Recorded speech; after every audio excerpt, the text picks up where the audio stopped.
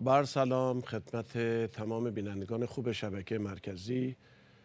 امیدوارم که هر جای دنیا هستید روزگار به شما خوش گذشته باشه. سلامت و تندرست باشید. ما هم سپاس داریم خداوندی رو که یک بار دیگه به ما فرصت داد تا از این طریق تلویزیونی در خدمت شما عزیزان باشیم. شاید که اطلاعاتی که تقدیم حضورتون میکنیم برای سلامتی شما مفید باشه. در ارتباط با سری برنامه‌های 10 فرمان نهم رو امروز اجرا می‌کنیم در مورد ورزش یعنی حرکت. در ارتباط با سلامتی ما با شما صحبت می‌کنیم و همینطور اطلاعات دیگه‌ای رو راجع به ورزش و ورزشی که برای بدن خوبه و چه ورزش‌هایی بده و چه اشکالاتی داشته میشه، به طور کلی چرا ما باید حرکت داشته باشیم. خدمتتون عرض کنم که در مورد ورزش اصولاً ورزش یا حرکت به این صورتی که امروزه ما ملاحظه میکنیم که تبلیغات میکنن، این اون ورزش یا حرکتی نیست که بدن ما احتیاج داره. امروزه میشه گفتش که ورزش در عین حال به دو دسته تقسیم. یکی از ورزش‌های تبلیغاتی و پولساز و نمایشیه که نمیشه گفت این ورزش‌ها 100% برای سلامتی ما خوبه. خیلی مثال بزنم. به عنوان مثال بوکس یک ورزشیه، ولی شما اگر برید ببینید که در این ورزش چندها هزار نفر، چند صد نفر مردن هر سال و هزاران نفر زخمی شدن و علیل شدن، فلج شدن به خاطر این ورزش، به خاطر ضرباتی که به مغزشون وارد شده، یعنی به سرشون خورده، به مغزشون و خونریزی کردن، یا به عصبهای چشمشون بیناییشون از دست دادن، یا خونریزی‌های داخلی. خیلی ساده نمونه‌ای که مشخصه محمد علی کلی. شما الان ایشون رو نگاه کنید، با مقایسه با همسن سالای دوران مدرسهش یا محله خودش نگاه کنید، میبینید ایشون از سلامتی کامل برخوردار نیست. یک آدمی که پارکینسون دیزیز گرفته و این بیماری در رابطه با عصبهای مغزه و شکی نیست که این شخص در اثر ضربه‌هایی که به مغزش وارد شده و سلولای مغزش و خونریزی‌های کوچکی جای مختلف مغزش بوده، این محمد علی کلی رو به این روز انداخته. و همینجور ورزش‌های دیگه مثل فوتبال آمریکایی که خیلی کسا صدمه خوردن، فلج شدن، حتی به خاطر خونریزی‌های مغزی مردن در همون میدان ورزشی که ورزش میکنن. و همینجوری ورزش‌های دیگه هم بریم جلو، از کاراته گرفته تکواندو، ورزش‌های رزمی و همینجور ورزش باستانی کشتی. ما صدمات زیاد خوردیم. ما خودمون در ایران هم می‌خوایم مثال بزنیم، ورزشکارایی چون خدا رحمت کنه شمس الدین سید عباسی یا رمضان خضر و فیروز علیزاده، اینها کسایی بودن که به خاطر صدمات ورزشی که خوردن از ورزش کشتی چون خودشون از دست. حالا خیلی کسای زیاد هم هست، وقت نمیگیریم که اسم رو بریم. خدا همشون رحمت کنه، رفتگان شما رو هم رحمت کنه، پدر مادر ما هم بیامرزه. این مسئله خیلی مشخصه. و دسته دوم، ورزشی که ما در رابطه با سلامتی صحبت میکنیم، ورزشیه که یک آرامش به سیستم ارگانهای داخلی بدن میده و یک فلکسیبیلیتی به این مفصلای ما میده و عضلات ما میده و یک ایندورنس یعنی اینکه یک تحمل، قادر تحمل یک سختی رو به ما میده، یا همینجور در برده اونی که به قلب ریه ما کمک میکنه، ورزش‌های کاردیوواسکولار سیستمه که و البته به دو دسته تقسیم میشن در مورد ورزش‌هایی مثل کاردیوواسکولار سیستم که به ریه و قلب کمک کنه و یکی هم ماسکولار اندورنس یا کاردیوواسکولار اندورنس. در مورد این تحمل بدن که مقاومتش میره بالا به این دو دسته تقسیم میشه که در ارتباط با مسئله هوا، یعنی اکسیژنی که در این ورزش ها به خوب به بدن میرسه توسط گردش خون و مثل پیاده روی، مثل شنا و همینجور ورزش‌هایی در رابطه حتی دویدن و ورزش‌هایی در رابطه با همین مسئله که اکسیژن به بدن میرسونن. ما خیلی ورزش‌ها هستن که ما کمتر رجوع به اونا میکنیم یا شاید اصلا علاقه نداریم یا نمیدونیم، مثل یوگا. این ورزشیه که یک هماهنگی فکری در رابطه با تمام اعضای بدن و عضلات و مفصلها و همینجور ارگانهای داخلی به ما خیلی کمک کنه. ورزش یوگا ورزشیه که خیلی به ما کمک میکنه و استرسی به اون صورت که ورزش‌های دیگه میده نداره. در مورد ورزش‌های آبی هم مثل شنا ورزش بسیار خوب و قابل استفاده برای بدنه در رابطه با ورزش‌های سنگینی مثل وزنه برداری یا مثل بدنسازی که اینها نهایتاً یک استرسی به بدن ما وارد میکنن. این از نظر علمی ثابت کردن و خود استرس در رابطه با بدن ایجاد ورم میکنه و این ورم ها و عفونت هایی که به وجود میاره یک تغییر شکلایی در سیستم بدنی ما میده و موجب دگرگونی ما و سلامتی ما میشه. برای اینکه ما در مورد ورم داخلای بدنمون زیاد اطلاعات نداریم، نمیتونیم رویت کنیم ببینیم، در صورتی که در خیلی از تحقیقات دانشمندان حتی در مجله تایم مگزین، فورچون مگزین، اینا مجلات بسیار پر اعتبار آمریکا و دنیا هستند، چندین سال پیش مقالات بسیار زیادی رو در مورد همین ورم، یعنی به عنوان یک سایلنت کیلر، یک کشنده بسیار بسیار خفیف و مخوف که در بدن وجود داره، همینجور ما رو از بین میبره. چرا؟ برای اینکه این ورم ها در تمام نقاط بدن نفوذ میکنن. به عنوان مثال وقتی نفوذ تو داخل رگ های ما میکنن، حتما نباید شما کلسترول بترسید. آقا کلسترولم رفته بالا، من مسدودیت رگی پیدا میکنم، سکته قلبی، سکته مغزی میکنم. همش به اون آدم توجه میکنه. اصلا توجهی ما نداریم به مسئله ورم که خود ورم باعث مسدودیت رگ‌ها و حمله قلبی و ناراحتی‌های قلبی و سکته مغزی میکنه. ما اصلا اهمیتی به این ورم‌ها نمیدیم، سراغش هم نمیدیم، همش چسب بدیم به کلسترول.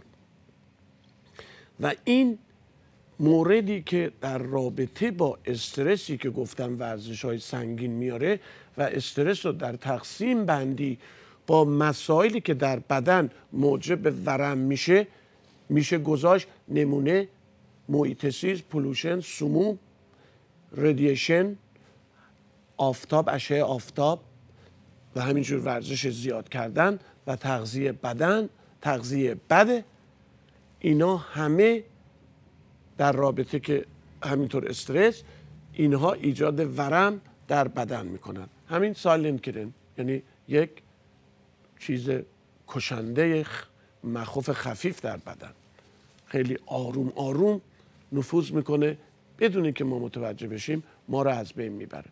در مورد رگ‌ها گفتم همین ورم‌ها وقتی به سلول‌های مغزی ما وارد میشه موجب خونریزی داخلی مغز و سکته مغزی میشه. وارد سینوس‌ها و منفذ هواگیری ما، ریه اینا ما میشه، ایجاد کمبود اکسیژن و حالت خفگی میشه و همین ورم ها در رابطه با آلرژی هم بسیار بسیار خطرناکن و ارتباط مستقیم دارن. حالا ما پس این طرز ادورتاز و تبلیغات زیادی که در مورد ورزش هایی میکنن که هم ازش پول در میارن، ویدیو درست میکنن، نوار درست میکنن، وسایل میفروشن، وسایل سنگین، اینا همه رو میخوان جلب کنن به این کلوپای ورزشی. در نتیجه این ورزش های سنگین رو کردن نتیجهش به سلامتی شما کمک نخواهد کرد. حالا من نمیگم بی ارزشه، ولی اون نتیجه منفی که رو بدن میذاره در همین ارتباط ورم و استرس و مسائل ناراحتی قلبی به مراتب ضررش بیشتره تا استفادهش.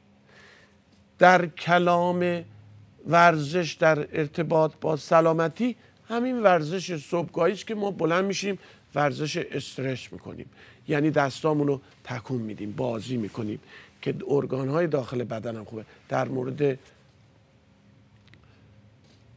به اصطلاح ورزش‌های چینی هم هست که انجام میدن و این ورزش‌ها در رابطه با ارگانهای داخلی خیلی مهمه و مثل تای چای و ورزش‌های دیگه و همینجور ورزش یوگا خدمتتون عرض کردم.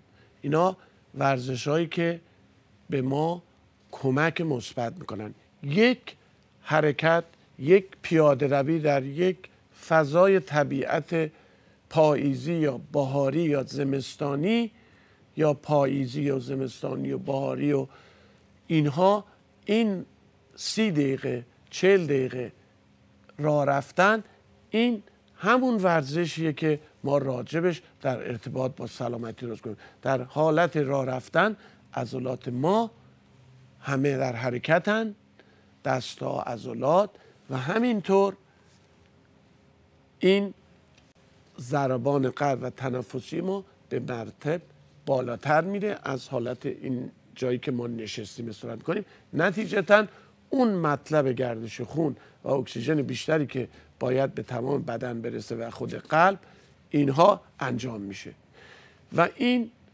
به طور کل برای ما انسان‌ها و تمام موجوداتی که در دنیا وجود دارن در ارتباط، در جنگل، در موجودات دیگر نمی‌کنی، ورزشان راه رفتن و دویدن و حرکت‌هایی که معمولی میکنن.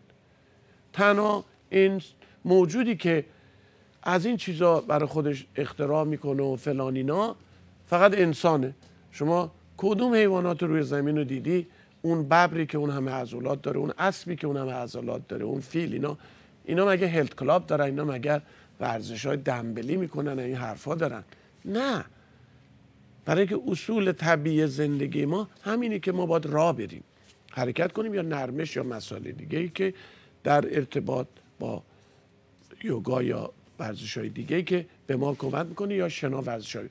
نهایتاً من میگم خود من هلت کلاب میرم، ولی از سونا، از چیزاش استفاده میکنم یا استخرش، یا خیلی به مراتب سبک کار میکنم و این اجازه نمیدم به هیچ وجه به بدن من استرس از ورزش باشه. به بس که دیدم احساس خستگی میکنم یا دیگه نمیخوام بکنم، قطعش میکنم. ولی این که رفتن و این فشارها و اینا که میگیرن و میزنن، اینا همه استرسه. و خود کسایی که اون که آقای آرنولد قهرمان دنیا از نظر عضلات و اینا، حالا از ناراحتی قلبیش بگیریم و ناراحتی دیگهش بگیریم، پوکی استخوانش بگیریم، همه چی رو این داره. همین اسکی رفت بازی که خورد زمین، تمام استخونش مفصلش همه خورد شد.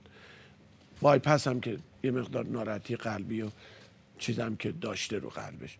یعنی این شخص اگر بنا بود این عضلات غول‌پیکر و این ورزش‌های سنگین به ایشون سلامتی بده، این چیزی نیست که من میگم، خودش هم میگه ها.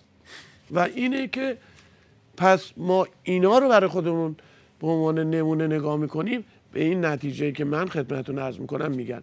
حالا در ارتباط با کسایی که میگن به عنوان مثال ما در اسپورت مدیسن، طب ورزشی یا کینزیولوژی که درس میخونیم در دانشگاه، از نظر علمی خیلی از مسائل ما ثابت شد، ما یاد گرفتیم. مثلا در مورد که خیلی موقع میگن ورزش، این نوع ورزش‌های سنگین میگن برای قلبم خوبه اینا فلان، همچین طوری نیست. برای اینکه عضلات احتیاج به حرکت و ورزش داره. ولی یادتون باشه قلبم عضله است، درسته، ولی یادتون باشه قلب ما 24 ساعته داره ورزش میکنه، اصلا آروم که نشسته که. عضلات قلب به طور 24 ساعت داره ورزش خودش اتوماتیک میکنه، خداوند گذاشته اونجا، داره ورزش میکنه به اندازه که میخواد. یه موقع قلبان بالا میزنه، یه موقع یواش میزنه، داره ورزش خودش میکنه. دیگه احتیاجی به ما نیست که ما بریم اینقدر شدید بدویم یا وزنهای شدید بزنیم که این ضربان، این عضلات قلب رو از حالت ریتمیکش در بیاریم. همچین چیزی احتیاج نیست.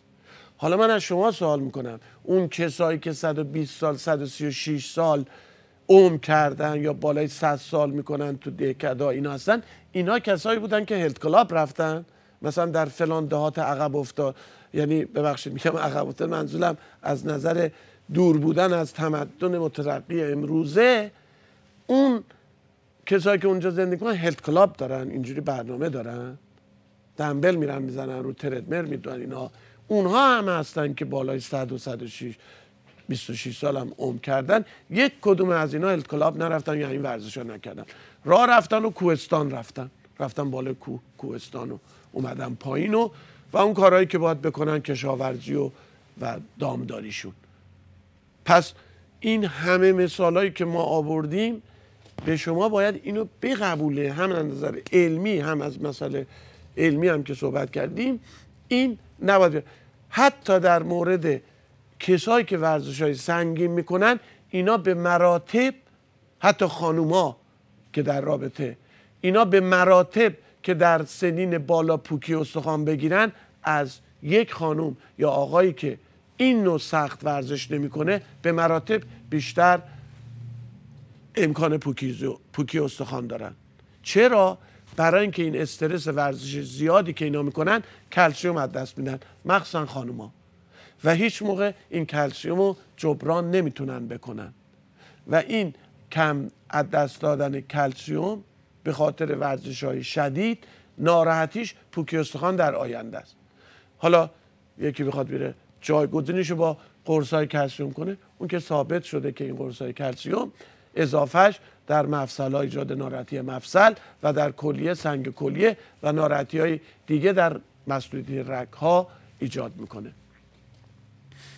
و این مسائل همونجور که گوش خوردن هم که همه فکر میکنن گوش میخورن آهن میده بهشون، فلان میده، کلسیم میده، فلان میده، پروتئین میده، در صورت که همین گوشت، خود گوشت، اسیدی که درش وجود داره در هضمش که اسید تولید میکنه و این اسید در بدن باعث از دست دادن کلسیم میشه.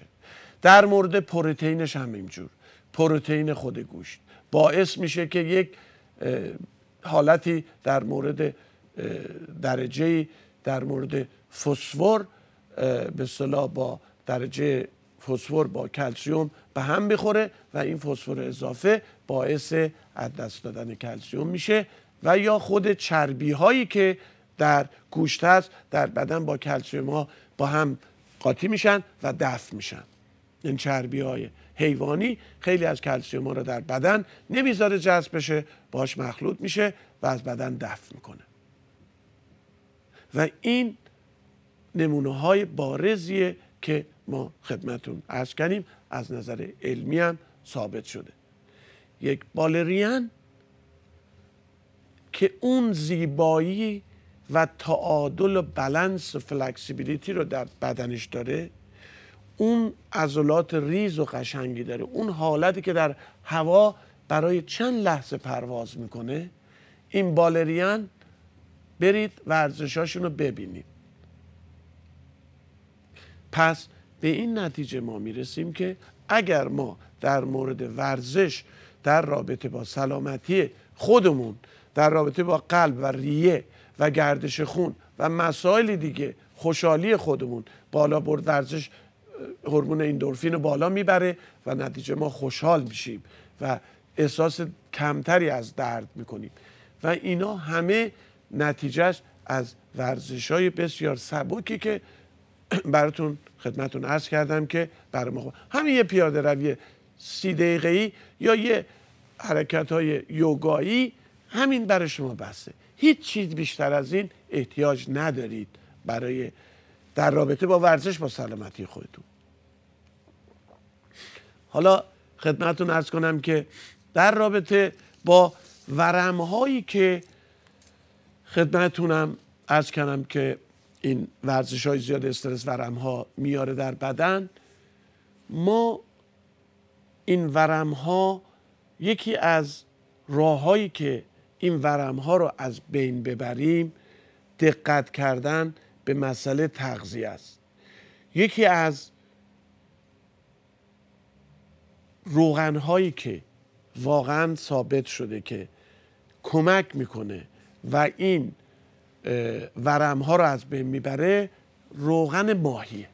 روغن ماهی در بدن که امگا 3 به خاطر DHA درش وجود داره و بدن معمولا اینو میسازه، کم میسازه از یه نوع به اصطلاح روغن دیگه، میتونه این DHA رو بسازه ولی خیلی کم میسازه و چونم بدن فرسود از مشکلات که همه ما شماها عزیزان در مورد بیماری‌ها داری و سنا میره بالا نمیتونه این کار انجام بده. فقط این در روغن ماهی بوده. هیچ بحثی نیست در مورد امگا 3 که صحبت می‌کنیم، در مورد فلکسید، این درکی که ما بهش میگیم، این روغن هم بسیار مفید و جزو دسته‌بندی امگا 3 و ورم‌ها رو از بین میبره، ولی درش DHA وجود نداره، فقط در روغن ماهی داره و نتیجتاً بسیار روغن خوبیه، خوردنش هم خیلی خوبه، بحث نیست. ولی در مورد همین روغن ماهی امگا 3 اصلا یه مسئله دیگه است و دوای روماتیسه، برای اینکه کسایی که روماتیسم دارن پر از ورمه در مفصل ها و بدنشون و این امگا 3 بسیار خوب برای قلب، برای حافظه و مغز. در رابطه با چربی هایی هم وجود داره که چربیات حیوانی ما خیلی خیلی کم میخوایم.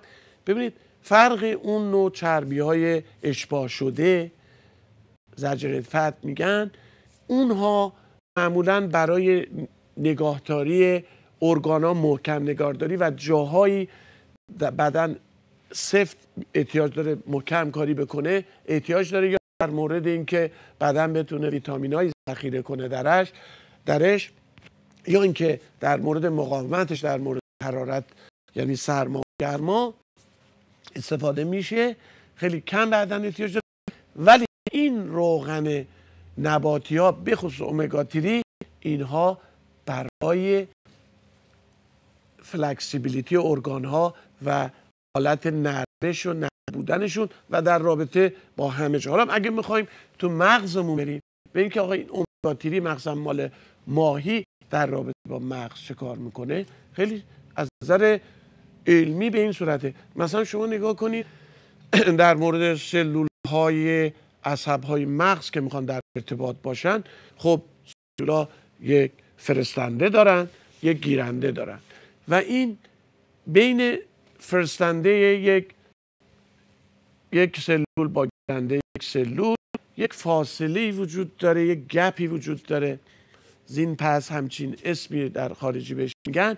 این حالتیه که این گپ یا این فاصله رو گذاشتن در مورد اون کمیکال نوروترانسمیترهای مثل سروتونین، دوپامین و چیز دیگه که بدن خیلی از این میسازه، یعنی مغز ما میسازه، که اینا بیان در اون قسمت اون گپ که خدمتتون عرض کردم بین فرستنده یه سلول یا گیرنده هست، در اون بتونه بره جفت بشه این نوروترانسمیترها که این ارتباطات خوب برقرار بشه و سلولا سلامت باشن. حالا این روغن ها اون حالتی که در اونجا حالتی داره، اون سلولایی که اونجا قرار دارن میخوان این نوروترانسمیترهایی که مغز ساخته بشه، اینها اگر امگا 6 یا این چربیای حیوانی زیاد که خورده باشیم، اون حالت فلکسیبیلیتی، یعنی حالت ارتجاعی خودش از دست میده، سفت و محکم که میمونه، بعضی مواقع حالتی قرار میگیره که این نوروترانسمیترها نمیتونن داخلش برن جفت بشن. ولی روغن ماهی یا روغنهای نباتی و فلکسید اینا این فلکسیبیلیتی رو به اون قسمت سلولا میده که وقتی میخوان این بیاد، این نوروترانسمیتر مواد شیمیایی که خدمتتون عرض کردم مغز میسازه، اینها میتونن خودشون رو باز و بسته کنن برای اینکه نرم کنه اینا رو و جفت میشه، باز میکنن جفت میشه و اینجا ارتباطات خوب برقرار میشه و سلولا سلامتن. این یکی از کارهای امگا 3 روغنهای نباتی، مخصوصا روغن ماهی در مورد DHA، این عملی که در مغز میکنه.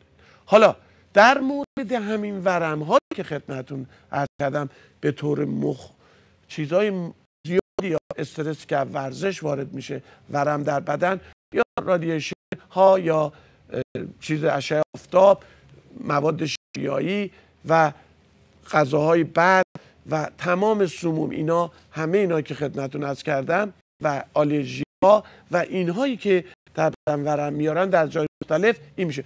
سلول های مغزی ما نگاه کنیم، اینا رو هم اینجوری قرار گرفتن.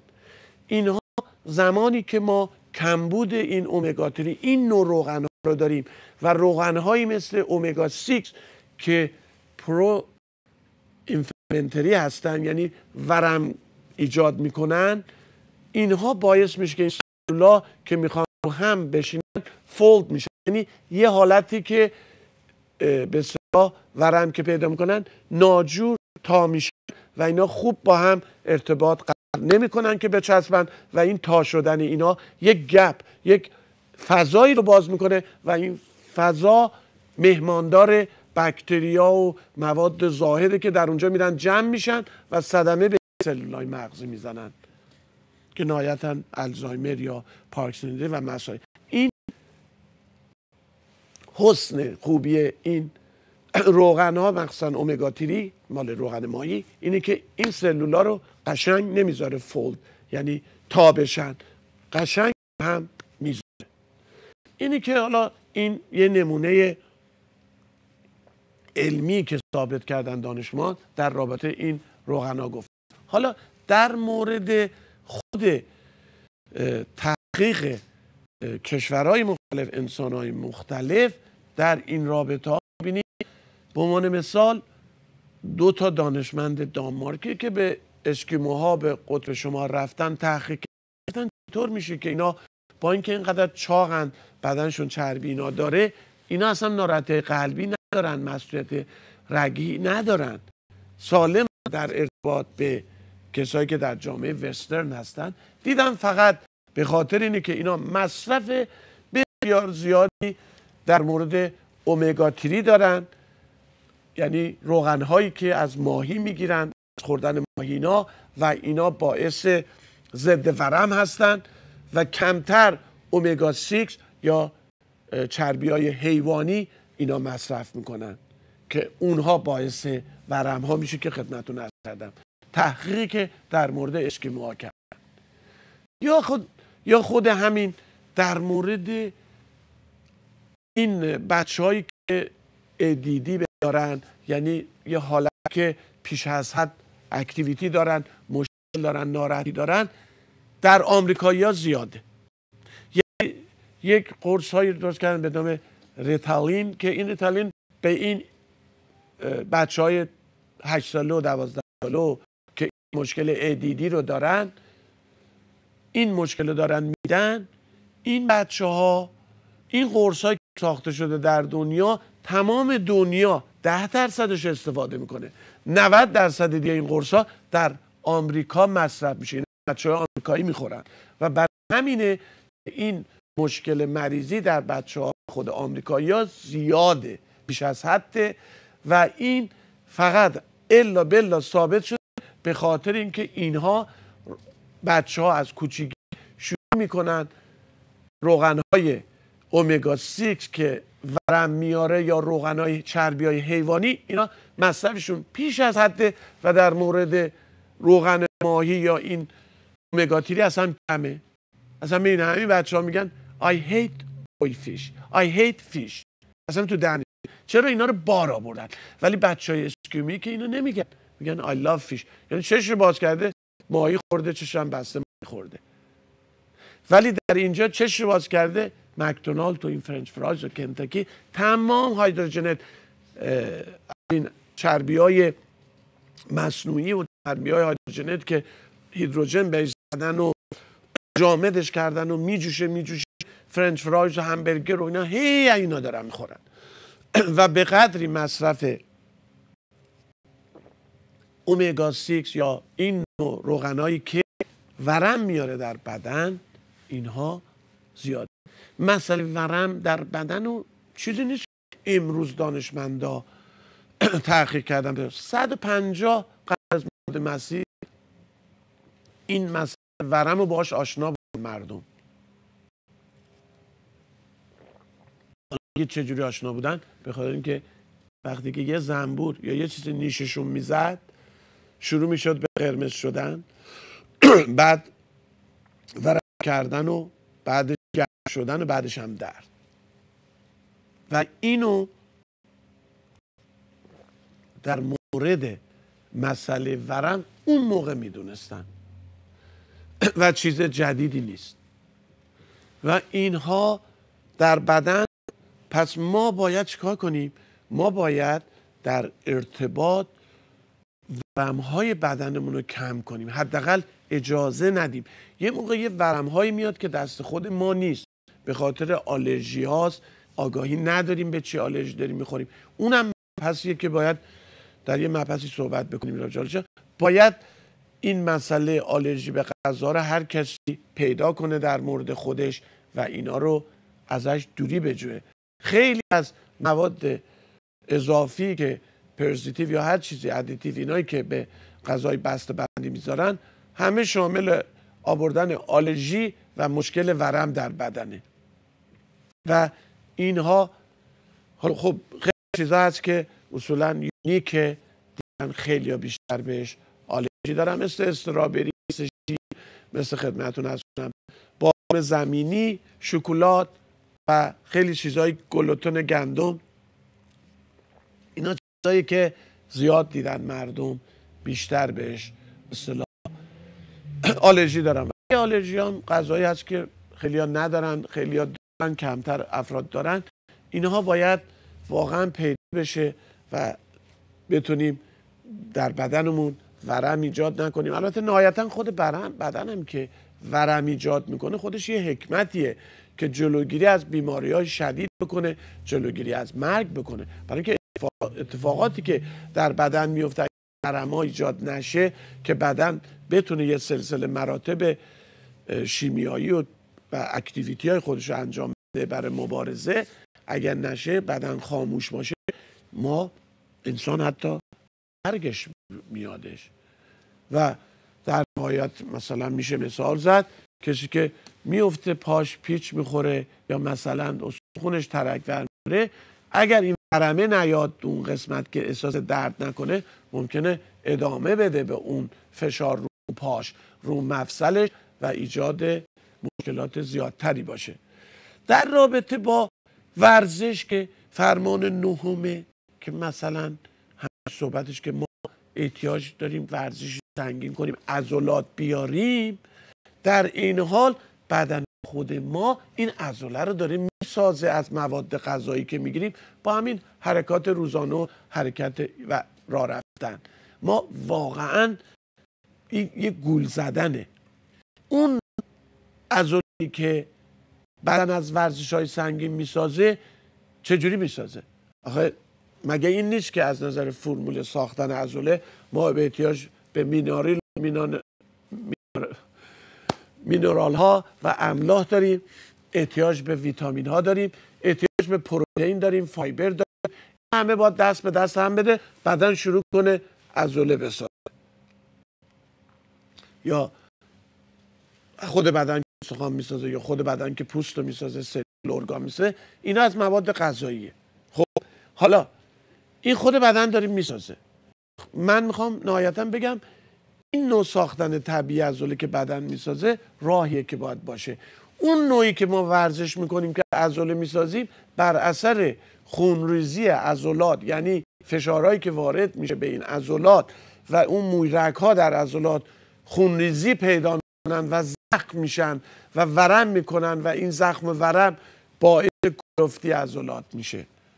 از نظر ورزش سنگین به اون صورت، وگرنه این دمبل و این حرکت چطور میتونه به صورت طبیعی عضله بسازه؟ ما که گفتیم ساختن عضله احتیاج به فایبر، پروتئین و املاح و مینرال و ویتامین ها داره.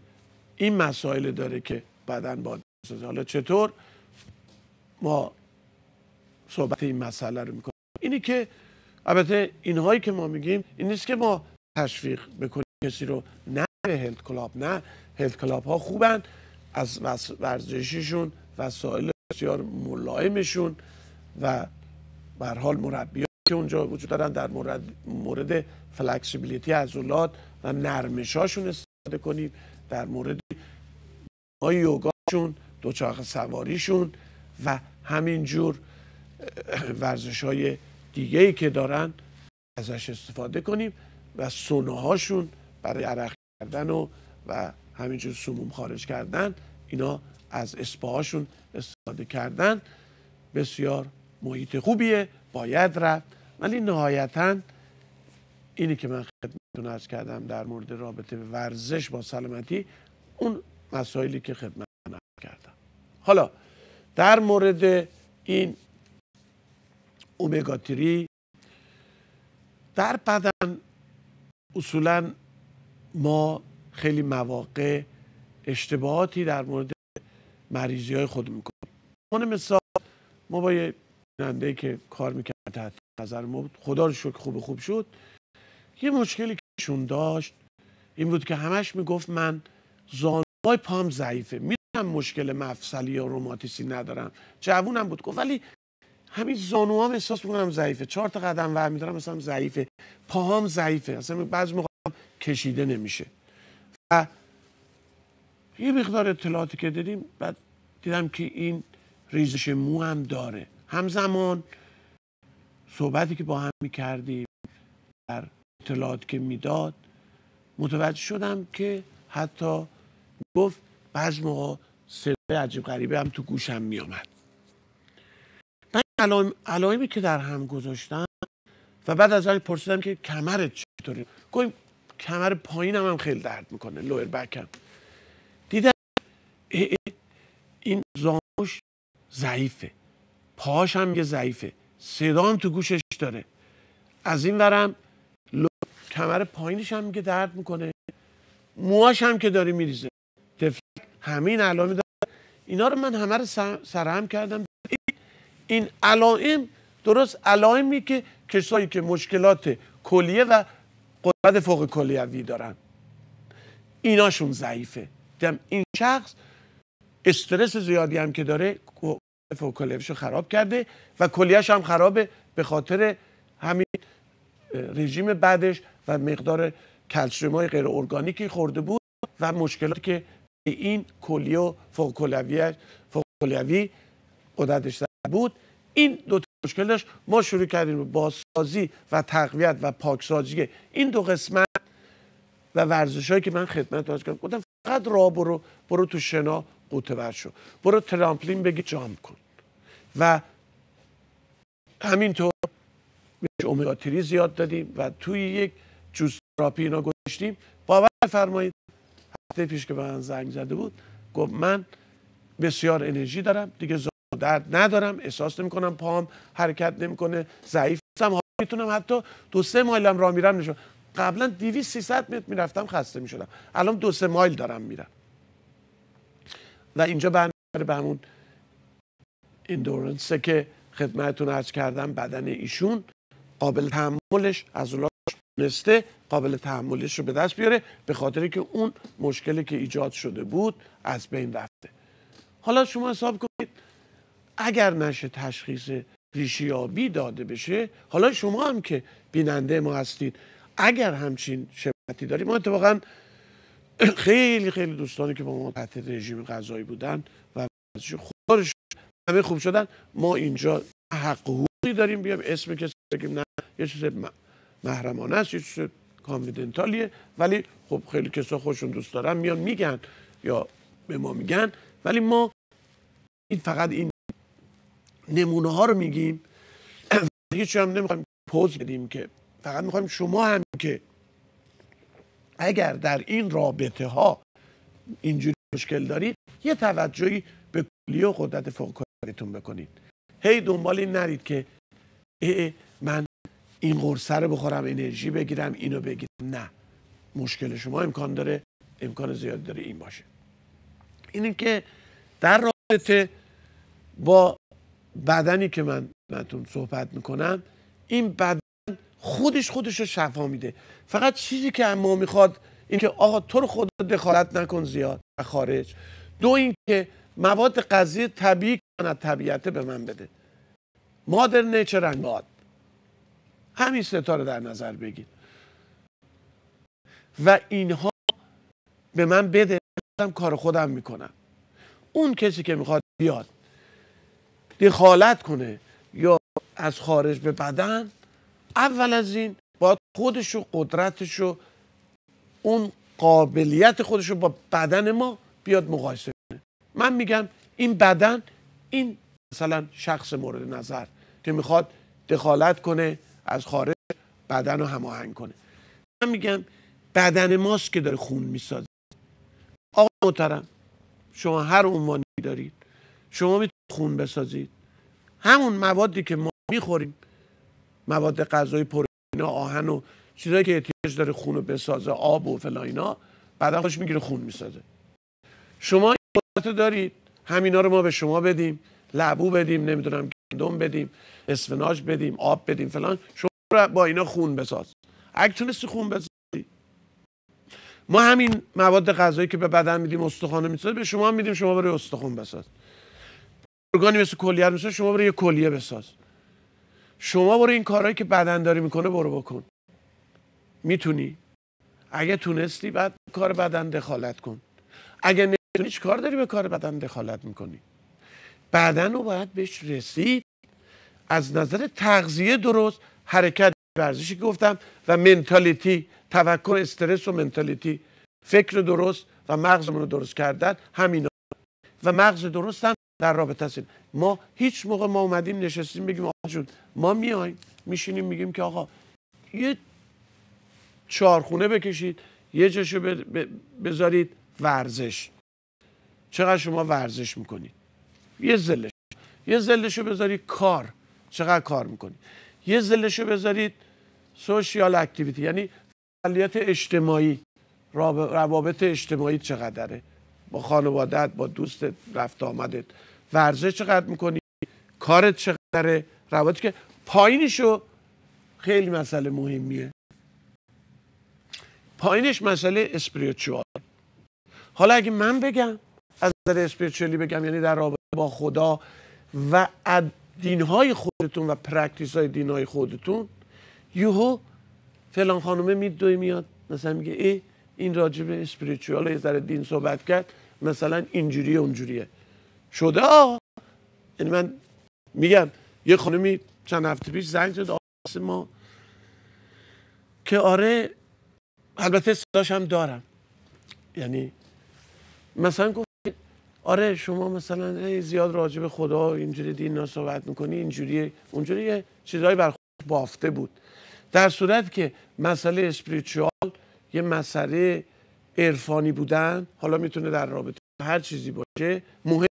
اینو من اگه بگم این خانم میاد ایراد میگیره، اما ولی بزرگترین دکترای دنیا مثل دکتر مورون که جراح مغز و ستون و فقرات و دکتر بسیار بزرگیه، ایشون اینو حرفی که من میزنم من ایشون یاد گرفتم. ایشون همین در سمیناری که داشت همین مثلا مستطیل رو کشید، گفت یه زاویهش ورزش، یه زاویهش کار کردنه، یعنی کار که میریم بکنیم، یه زاویهش فعالیت روابط عمومی و سوشیال و خانوادگی، یکیش هم مال اسپریچوال، مسائل دینی و عرفانی و ایناست. از خودمون بریم ببینیم کدوم اینا رو ما بالانسش رو درست کردیم. وقتی نگاه میکنیم بیشتر ما اون زاویه کار پول میخوام این بیشتر از همه است. بعد حالا به ورزش و روابط اجتماعی و رفت آمدها و اینا برسیم. این مسئله عرفانی بودن که مهمترین از همه چیز کمتر بیشتر افراد و اینها از نظر علمی ثابت شده. دوستمون رفت چند پیش زانوش عمل کنه، خب اینجا هست، ما هم بارها گفتیم، دکتر بهش گفت که آقا پریس بیاد خدمتتون، مثلا باهاتون صحبت کنه فلان، اینجا آمادهتون کنه، داری زیر جرقه داری بیهوش میشی، ممکنه بر نگردی. همه آفر میکنن در بیمارستان ها. خب من میخوام ببینم که این بیمارستان با این مجهزی، با این دکترا و تکنیکا دیگه، این پریسته اینجا چیکار میکنه؟ این نقشش چیه که تو همه جا بیمارستان هستن؟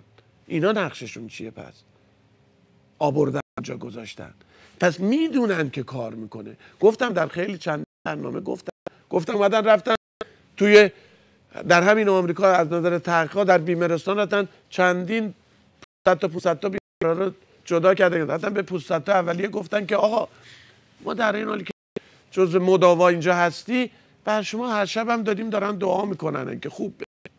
رفتن به 500 تا بعدی گفتن که آقا ما برای شما دعا نمیکنیم، هم داروها دواهایی که میخوری. رفتن به 500 تا دیگه گفتن آقا ما شک داریم، نمیدونیم شما باید دعا کنیم یا نکنیم.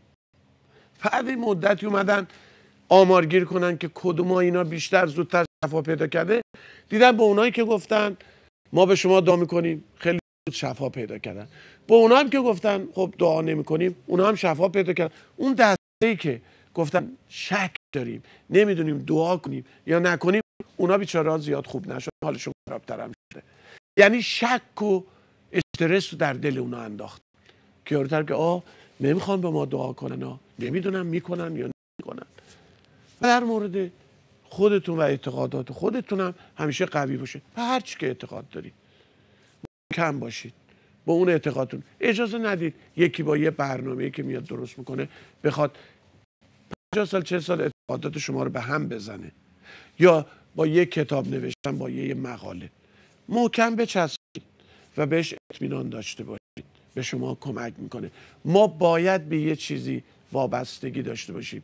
دکتر موران میگفت این مغز ما 100 بیلیون این سلولایی که داره، مثل وقتی من میگه عمل جراحی میکنم اینا رو باز میکنم، با این میکروسکوپا نگاه میکنم، درست آسمونه که نگاه میکنم میبینم مثل این ستارهای آسمون اینا سوسو میزنن تایید از هوا. این دکتر موران میگفت اصلا یه حالتی به هم دست میده.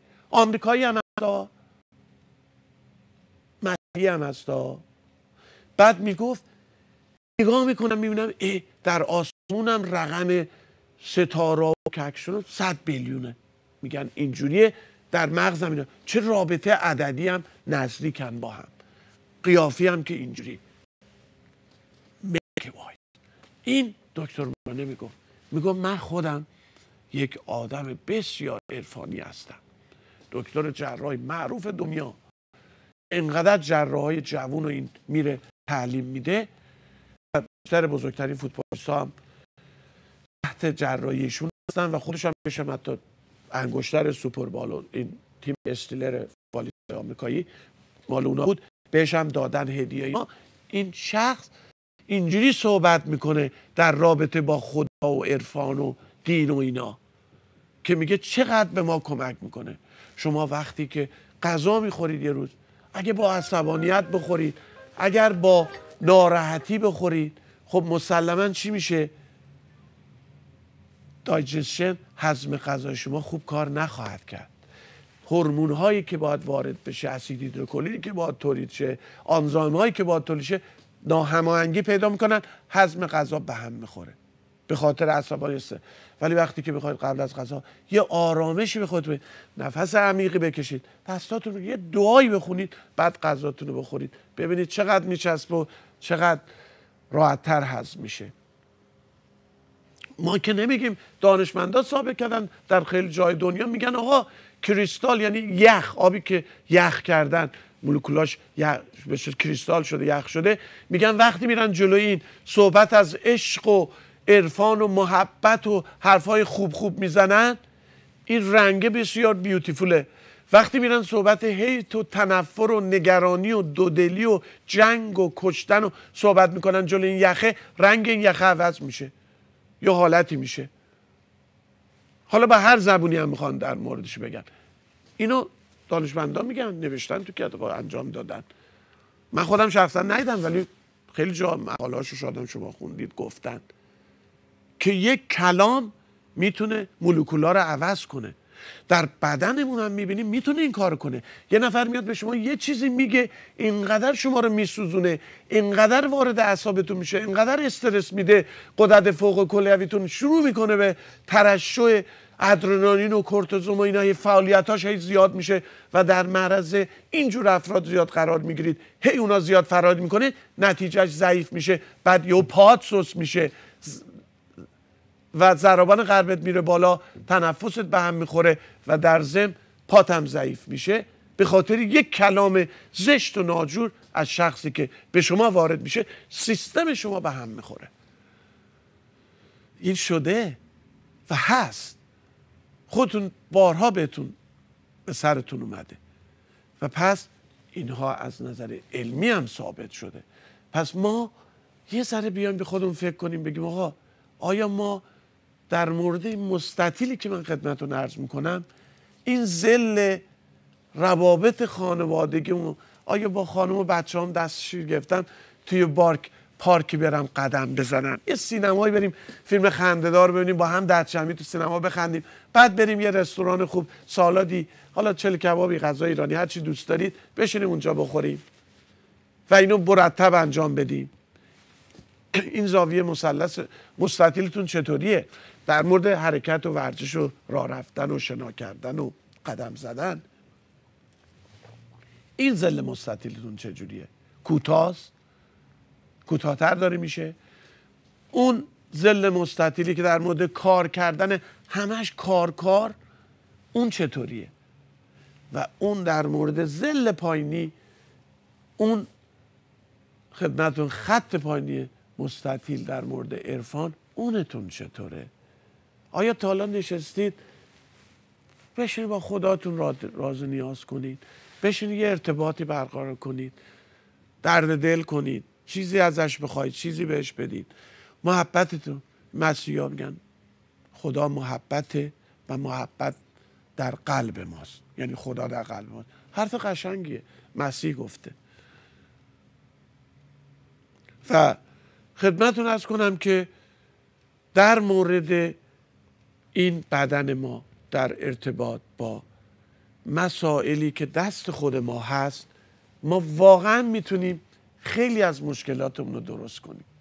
یعنی اینکه همین قسمت ها رو بهش برسیم، تغذیه درست بکنیم و بتونیم این مسئله اومگا 3 اومگا 6 رو، یعنی اینقدر روغن هایی که حالت ورم آوردن داره، مثل روغن ذرت، روغن سافلاور، نمیدونم حتی سانفلاور، روغن تخم دانه های آفتابگردان هم همینجور درصد اومگا 6ش بالاست به اومگا 3ش، و خود همین کنولا اویل باز بهتر از زعفلاوره، و روغن کرن، ذرت و بعضی از این وشتبل‌ها.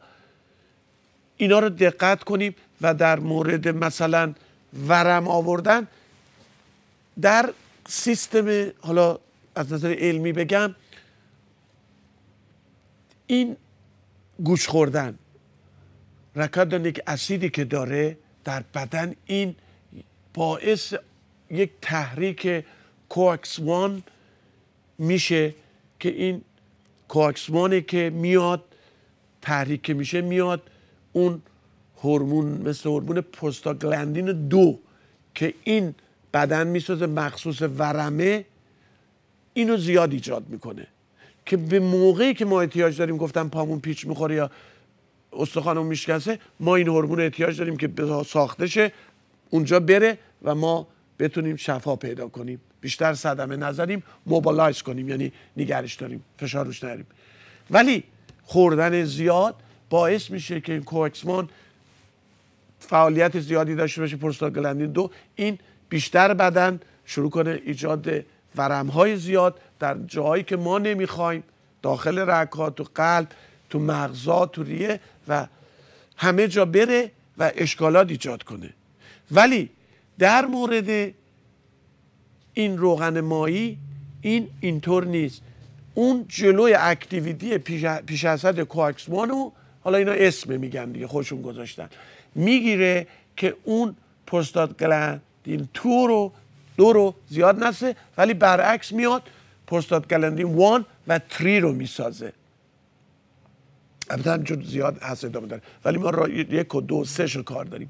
1 و 3 ای که ورم رو بین میبره، پس خوردن زیاد اومگا 3 اون کمک میکنه ورم ها رو بین میبره که ما کمتر میخوریم، ولی اونها میان. حالا یه کاری که حتی خیلی از داروهایی که به ما داده میشه، همه این داروها دارای مواد ضد ورم هستن، ضد ورم غیر طبیعی که در بدن وارد میشه.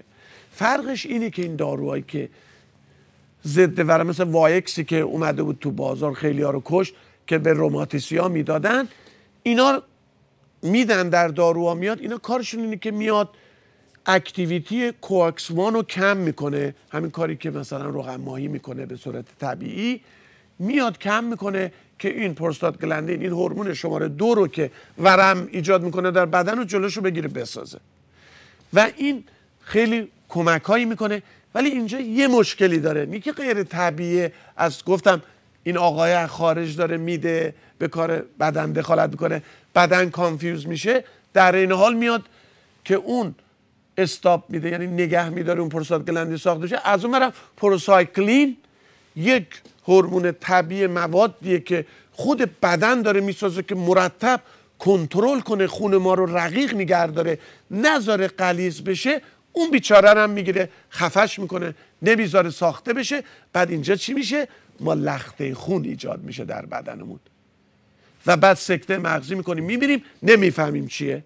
ولی اینو فهمیدن در مورد داروی وایکس که ساخته بودن برای روماتیسیا، فهمیدن چندین بیلیون، حالا 2.5 بیلیون پول در آوردن، ولی صدها میلیون دلار هم سو شدن و تلفات زیادی هم داد. و همین داروهایی که اینفلمیشن، این مسائلی که گفتم درش قرار میدن، و این داروها یکی ساید افکتاش خونریزی‌های داخلی معده هم میاره و این خونریزی‌ها ورم‌ها، یعنی این زخم میکنه معده ها رو و بعد زخما خونریزی میذاره، بعد زخما ورم میاره و همینا باعث این میشه که هموگلوبین خونم کم میشه و ما کم خون میشیم.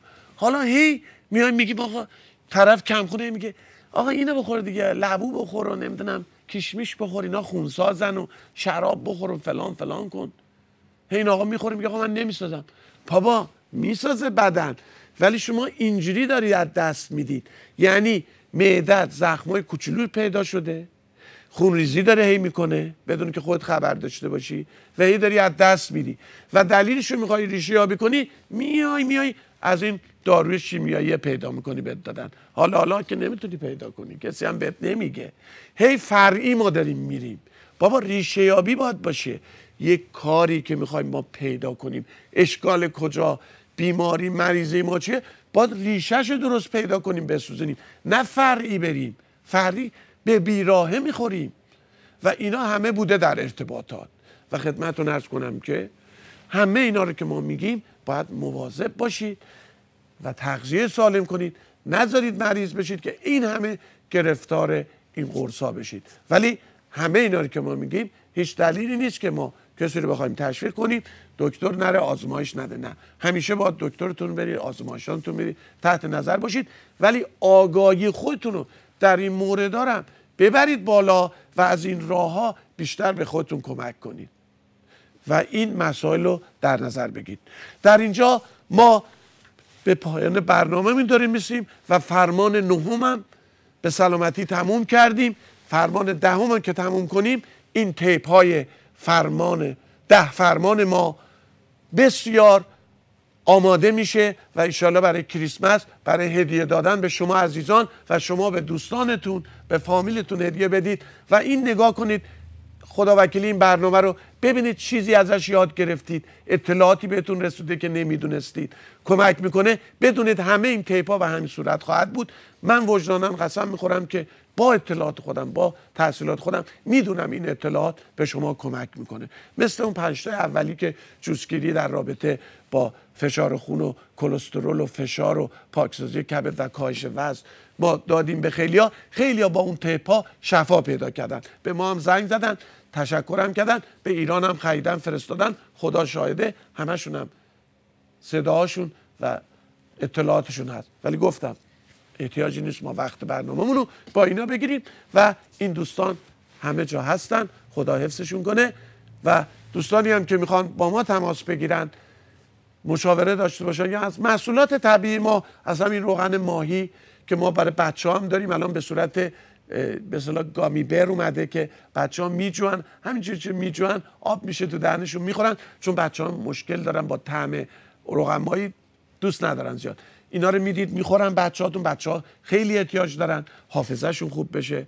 بچه‌ها خیلی احتیاج به روغن ماهی دارن برای باهوشیشون، حافظه‌شون و پرورش سلولای مغزشون.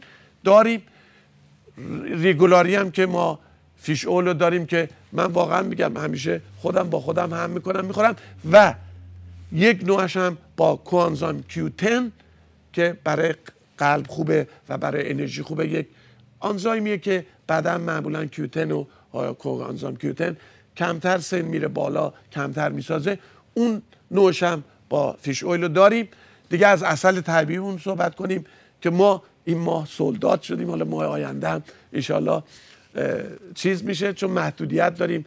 رویال جلی داره، مدیسنال هانیه که این زنبورا اربا رو تغذیه میکنن، به اصطلاح گلها رو، و خیلی طبیعیه. و ارب هایی که در اختیار داریم برای هورمون بالانس، برای روماتیسم، برای پوکی استخوان، برای چشم، برای سلامتی کلیه، تمام این اربا رو به صورت کپسول داریم. اربای ارگانیک و بهترین اربای دنیا در این کپسول ها ساده شده، بسیار ارزان قیمت در اختیار داریم. و همینجور نالج ما در مورد تغذیه برای مشاوره و هماهنگی اینها، استفاده از این اربای طبیعی و گل و گیاه و ریشه، استفاده از این رژیم غذایی که داده میشه برای ریشه یابی، استفاده از این روغنهای ماهی و این عسلها و این چیزهای طبیعی ما به شما کمک میکنه و سلامتیتون رو به دست میارید و مثل هزاران نفری که به دست آوردن و تندرست باشید، سلامت باشید. یادتون باشه سرمایه گذاری رو سلامتی بازده داره و از بین نمیره. روز و روزگار به شما خوش.